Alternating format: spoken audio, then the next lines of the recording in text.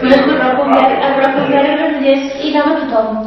Granollers en ese tiempo era una institución. Yo me acuerdo que veníamos mi hermano y yo en casa de unos tíos míos de Extremadura y bueno, vamos a buscar trabajo. Pues llegamos aquí el día 3 de septiembre, pues el día 4 fuimos a buscar trabajo.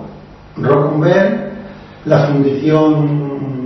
¿Cómo se llama la fundición aquella que había? La fundició en Cantullás y después dos fábricas más. En Can Sidrocoma y otra fábrica. Y me llamaron a todas.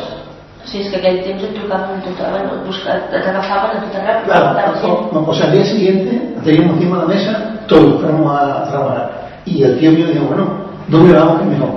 Rocumber. Sí.